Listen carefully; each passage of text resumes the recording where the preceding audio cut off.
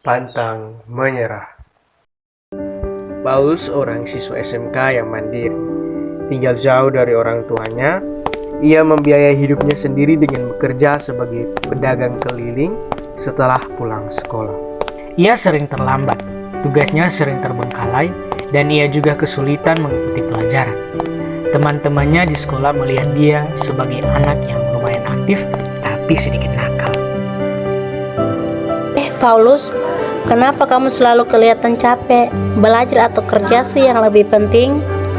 Aku harus bekerja, Arina. Orang tuaku jauh dan aku harus mandiri. Tapi aku tetap berusaha untuk belajar. Tapi kamu sering terlambat dan tugasmu banyak yang terbengkalai. Gimana mau lulus? Aku tahu, tapi aku akan berusaha lebih baik. Aku tidak mau menyerah. Masalah Paulus di sekolah semakin menguat. Ia mendapat teguran dari guru. Nilai-nilai akademisnya menurun drastis, dan ia hampir pernah dikeluarkan dari sekolah.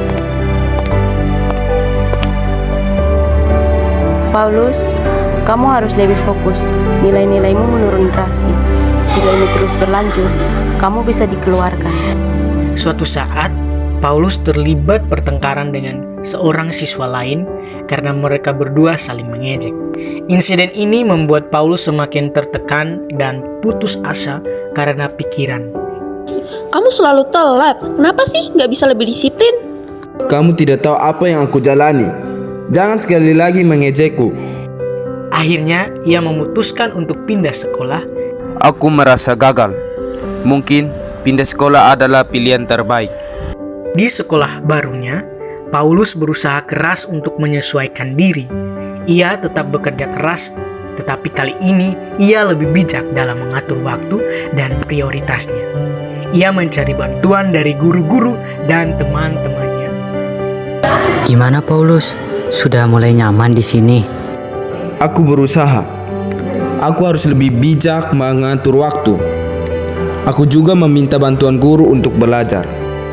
Bagus, ikut kegiatan ekstrakurikuler juga bisa membantu. Coba ikut pramuka.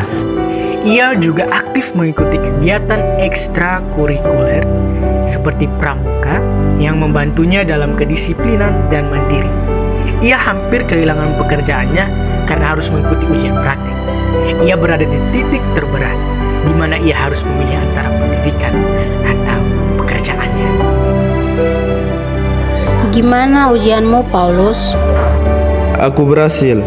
Nilai aku memuaskan dan aku juga bisa mempertahankan pekerjaan. Wah, selamat. Tapi apa rencanamu selanjutnya? Saya harus memikirkan masa depanku. Saya ingin punya bisnis sendiri dan membantu orang tuaku. Setelah lulus SMK, Paulus menggunakan tabungannya dan pengalaman kerjanya untuk membuat bisnis kecil-kecilan. Ia bekerja keras dan gigih, belajar dari kesalahan, dan terus berinovasi. Saya tidak menyangka bisa sampai di sini.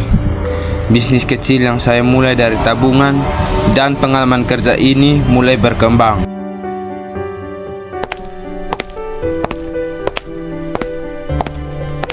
Kamu benar-benar menginspirasi, Paulus. Bagaimana rasanya jadi pengusaha? Rasanya luar biasa. Saya ingin membantu orang lain yang mengalami kesulitan seperti yang saya alami dulu. Kamu tidak akan melupakan masa lalumu ya? Tidak, dan aku akan terus berusaha membantu mereka yang membutuhkan. Kisah sukses Paulus bisa menjadi inspirasi bagi banyak orang, terutama bagi anak-anak muda yang berasal dari keluarga kurang mampu dan harus berjuang keras untuk mencapai impian mereka.